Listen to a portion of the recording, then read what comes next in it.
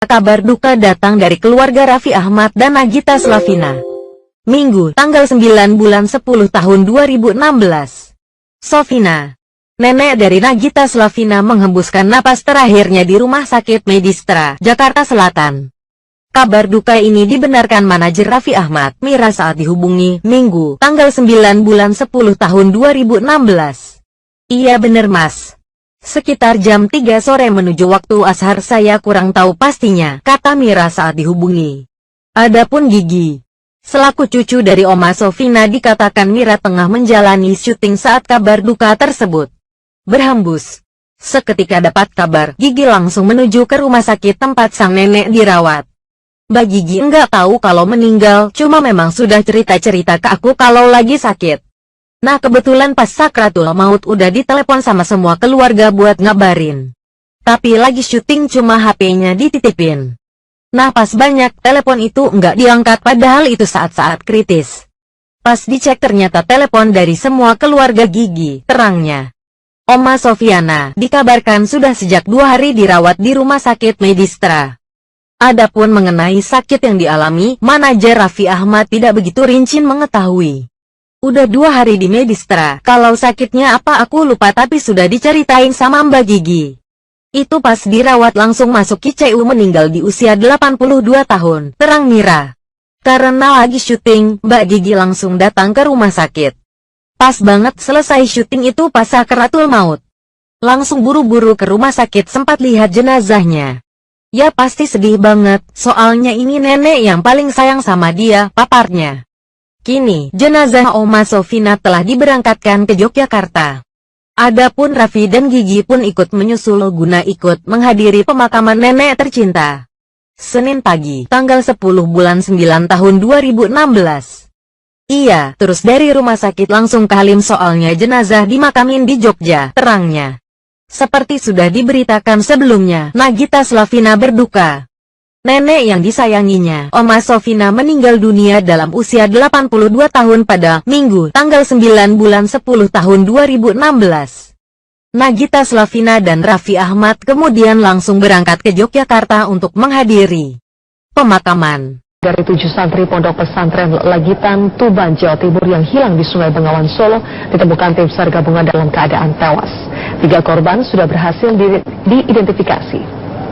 Tim SAR gabungan yang mencari 7 santri hilang di Sungai Bengawan Solo sejak Sabtu pagi akhirnya berhasil menemukan 6 korban.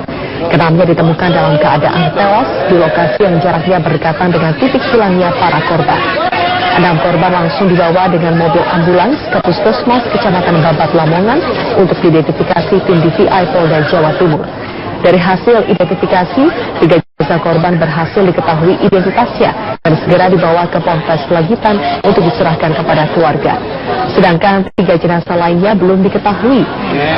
Ke-6 jenazah santri ditemukan tim SAR di bawah jembatan Babat, Kabupaten Lamongan, yang diduga terdapat putaran air Sungai Bengawan Solo. Sementara itu, tim SAR gabungan kembali melanjutkan pencarian 1 santri yang belum ditemukan.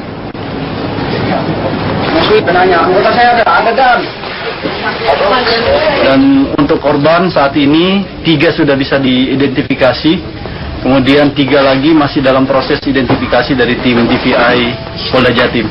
Masing-masing korban ditemukan posisi di mana, Pak? Berpencar, tapi rata-rata tadi di bawah jembatan. Karena memang dilihat di sekitar jembatan itu ada pusaran air di situ, jadi mungkin terhanyutnya di pusaran di situ tadi.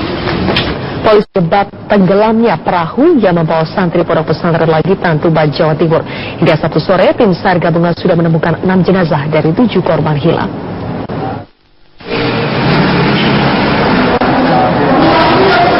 Polsek Babat Lamongan mulai memeriksa markat pengemudi perahu yang membawa rombongan santri Pondok Pesantren Langitan, Tuban, Jawa Timur.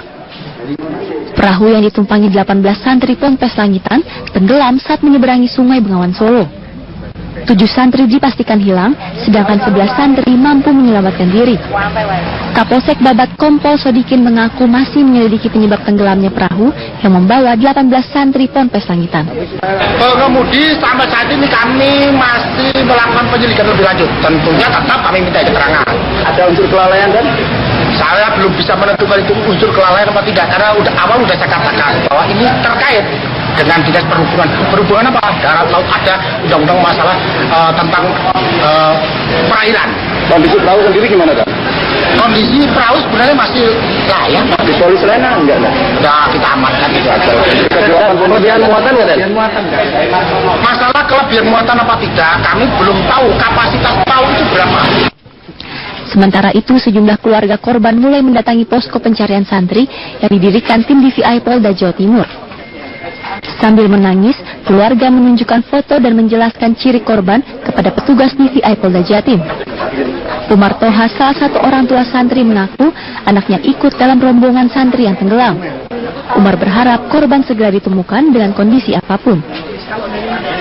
Tim SAR gabungan yang sejak Sabtu pagi mencari 7 korban hilang dengan menelusuri Sungai Bengawan Solo, akhirnya berhasil menemukan 6 korban. Ke-6 korban ditemukan dalam keadaan tewas di lokasi yang berjarak sekitar 2 km dari titik lokasi kejadian. Dari Lamongan dan Tuban, Jawa Timur, Tim Liputan Metro TV. Tuban yang hilang sejak kemarin telah ditemukan sore ini. Upaya pencarian korban hilang masih terus dilakukan, dan untuk mengetahui informasi lebih lanjut telah terhubung dengan Vera Bahasuan. Vera, bagaimanakah proses penemuan korban, Vera? Ya, Ade, sampai dengan sore ini sudah ditemukan 3 orang korban dari tenggelamnya perahu penyeberangan yang terjadi kemarin. Dari 3 orang korban ini, 1 korban yang terlebih dahulu ditemukan, yaitu di titik kurang lebih 1,5 kilometer dari jarak titik koordinat tenggelamnya perahu penyeberangan kemarin. Dan kondisi dari korban yang ditemukan pertama kali ini dalam keadaan tertelungkup, kondisi korban juga masih dalam keadaan segar dan belum membusuk, sehingga ini memudahkan untuk dilakukannya proses identifikasi. Kemudian selang 30 menit ditemukan lagi 2 orang korban yang juga merupakan dari 7 korban santri yang hilang dari perahu penyeberangan yang terjadi kemarin, dan 2 korban ini ditemukan tidak jauh dari titik koordinat tenggelamnya perahu, yaitu hanya berjarak sekitar 50 meter saja. Dan kondisi dari 2 korban ini pun juga dalam keadaan meninggal dunia dan masih dalam keadaan segar, juga memudahkan tim dari DVI untuk mengidentifikasi identitas korban dan juga seperti apakah karakteristik korban yang sudah sesuai dilaporkan oleh pihak orang tua yang telah datang di pihak Pondok Pesantren Langitan Tuban ini. Dan sampai dengan saat ini proses pencarian pun juga masih dilakukan. Jika menjelang malam hari ini belum juga ditemukan tanda-tanda ditemukannya lagi korban yang baru dengan total 7 korban yang hilang, maka proses pencarian sementara akan dihentikan dan akan kembali dilanjutkan besok. Untuk waktu pencarian ini maksimal hingga 7 hari, dan jika dalam 7 hari belum juga ditemukan ada tanda-tanda lagi penemuan korban, maka akan ditambah 3 hari total. Jika dalam 10 hari korban juga belum ditemukan ke-7 korban, maka akan dihentikan pencarian. Sampai dengan saat ini masih terdapat 4 korban yang hilang. Dan untuk korban yang telah ditemukan tadi, yaitu berjumlah 3 orang korban ini, telah dibawa ke puskesmas terdekat, yaitu di Karangkembang, Babat, Lamongan, untuk dilakukan identifikasi oleh tim DVI. Pihak keluarga juga masih terus berada di Pondok Pesantren Langitan Tuban ini untuk mengetahui bagaimanakah informasi terkini penemuan korban, dan untuk mengetahui bagaimanakah proses pencarian untuk penemuan korban yang hilang ini, saya akan bertanya langsung dengan Kepala Kantor SAR Surabaya, yaitu Pak Arifin. Selamat sore, Pak Arifin. Selamat sore, Mbak. Ya. Bagaimanakah proses pencarian dari 3 korban yang telah ditemukan sampai dengan saat ini, Pak? Ya, ketika korban telah ditemukan, yaitu proses pencarian dari para tim gabungan SAR yang terlibat dari TNI Polri dan potensi SAR yang lainnya yang bergabung dalam pencarian ini. Prosesnya adalah korban tadi yang saat timbul di permukaan air baru dievakuasi oleh tim rescue kami. Dan yang kedua dan ketiga dekat dengan TKP diangkat oleh teman-teman dari tim SAR gabungan yang lainnya. Demikian.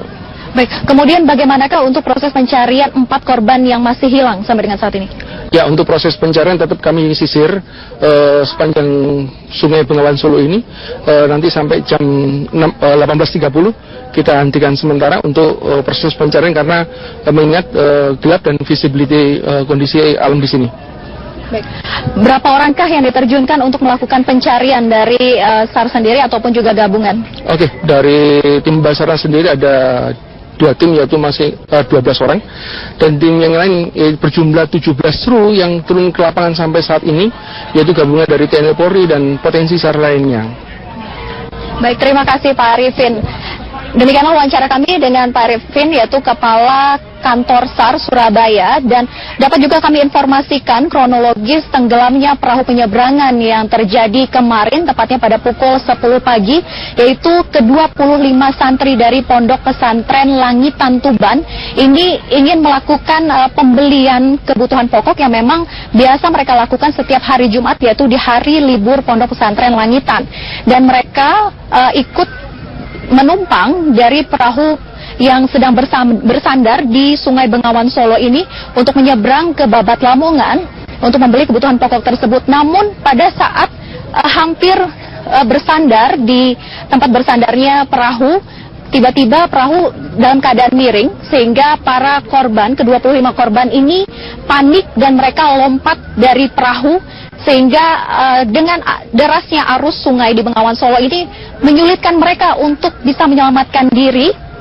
sehingga ditemukannya 7 korban yang hilang. Sampai dengan saat ini masih tinggal 4 korban yang belum ditemukan dan 18 korban selamat, dan mereka sampai dengan saat ini masih mengalami syok. 1 orang mengalami trauma dan terus mengalami perawatan dari pondok pesantren.